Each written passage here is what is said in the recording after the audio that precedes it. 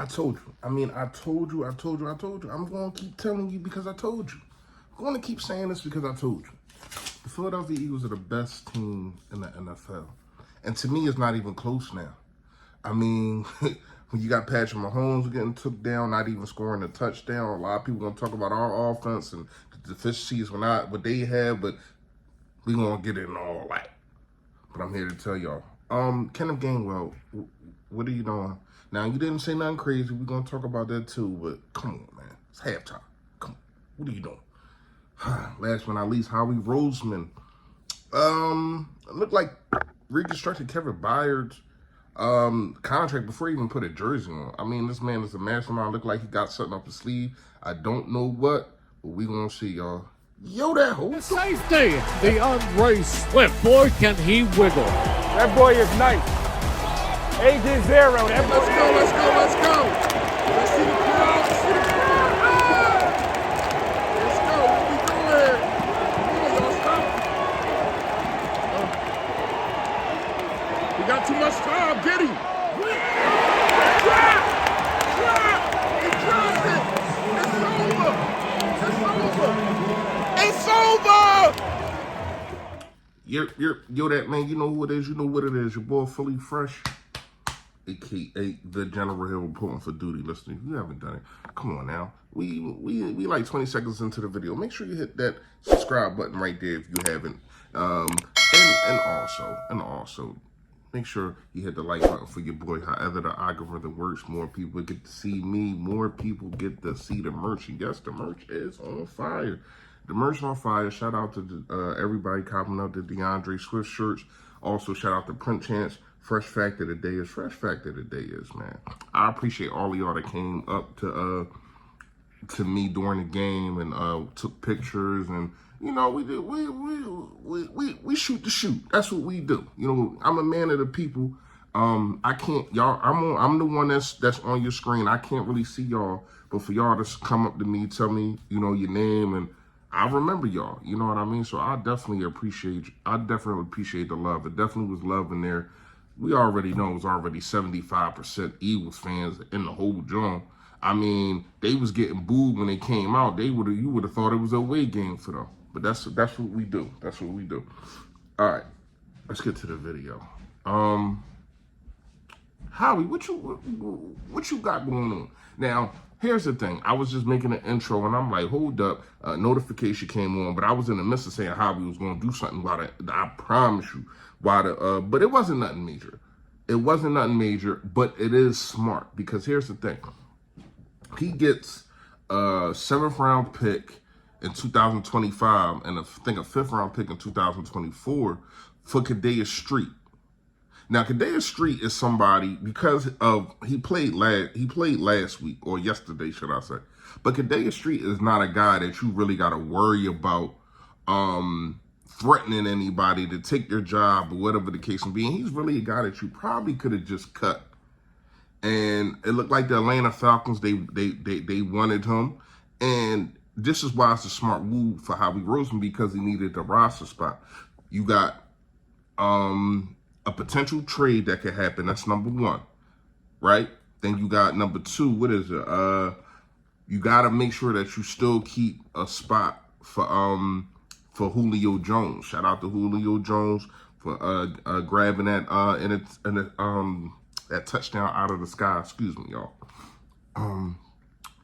And last but not least, what's the last thing? Oh yeah, you got Cam Jurgens coming off at IR, and I can't wait till he come back. I think the run game is going to be spectacular once again. I do think it's because of Cam Jurgens not being here and his ability to get up to the second level that this run game, they're not running as much as they want or that we would like.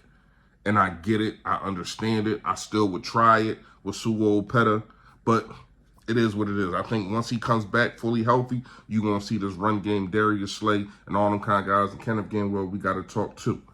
I said Darius Slay, sorry. DeAndre Swift. You're going to see these guys taking back off all over again. All right, so we got that. We're going to talk about KG, whatever you want to call him, and just for a couple seconds. Listen, here's the thing. If y'all haven't seen it, At halftime, somebody said, "You garbage, hold on to the ball, you effing bum." That's what he said to him. And he responded, "Little boy, whatever." But my thing is halftime, it's supposed to be a meeting. You're supposed to be looking at tape. Like, you got to be looking at tape, not on your phone. Now, if you got tape on your phone, that's fine, but you on Instagram. I have a problem with that. I don't have a problem with nothing that he said, because I probably would have said something like that too. I just would have waited. I wouldn't even have seen it.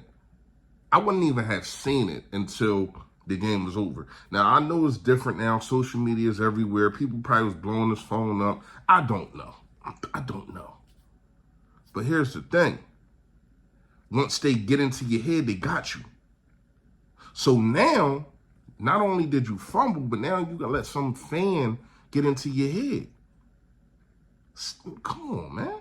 This is not what we need. We trying to win a Super Bowl. All that outside stuff don't really matter when it pertain to the NFL.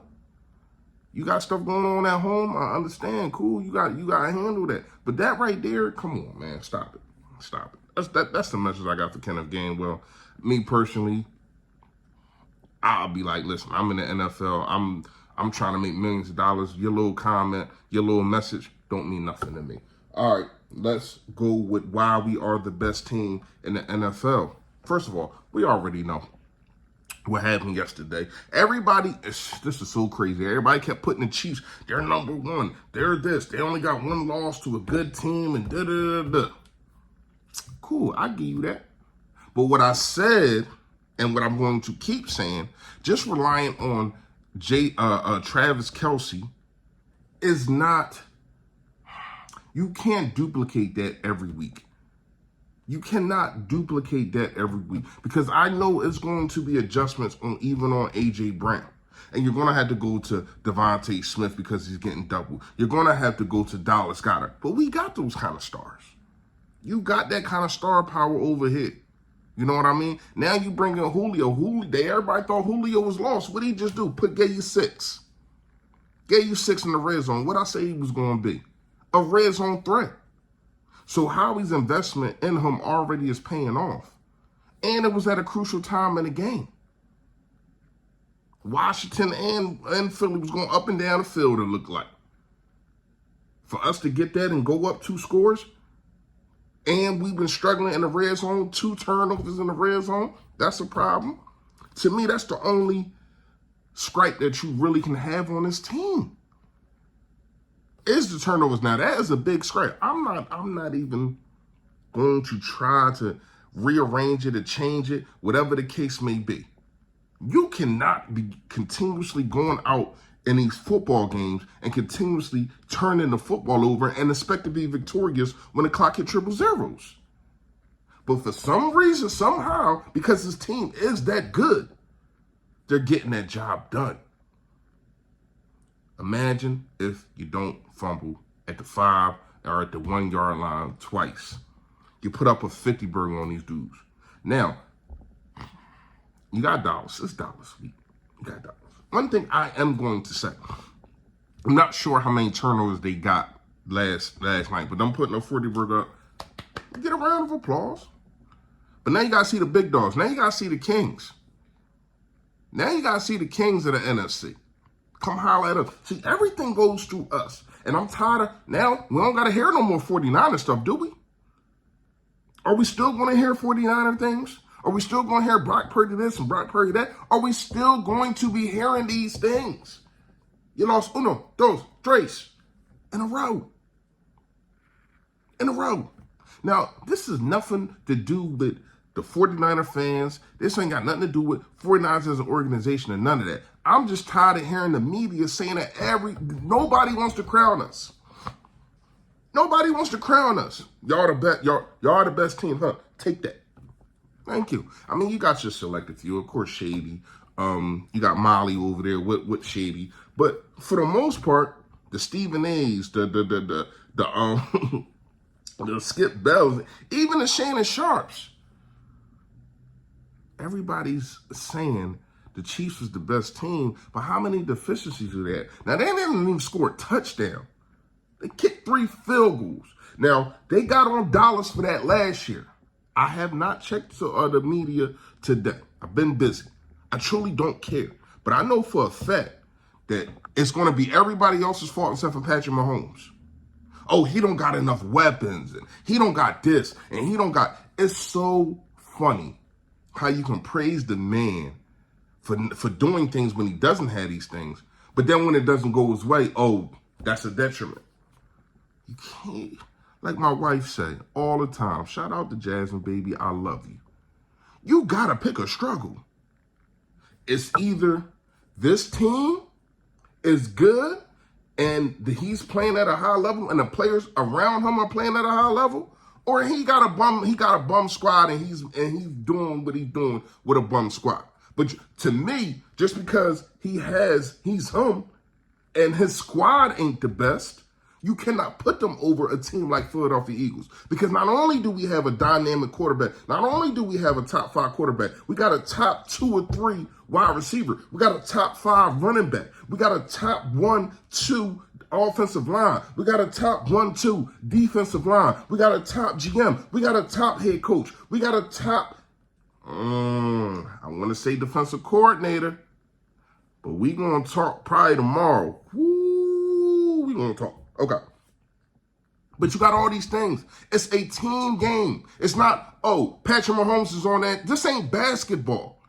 And even in basketball, you put LeBron on the Lakers, they're not the best team. You put Kevin Durant and Phoenix, they ain't the best team right now. Let me tell you something, man. Stop listening to the media. Stop listening to the media, because I'm hearing people still calling up to WIP on my way to work, and people are complaining. Oh man, the offense ain't do. First of all, how do you have any other than turnovers? But other than turnovers, how do you have any gripes on the offense? On the offense?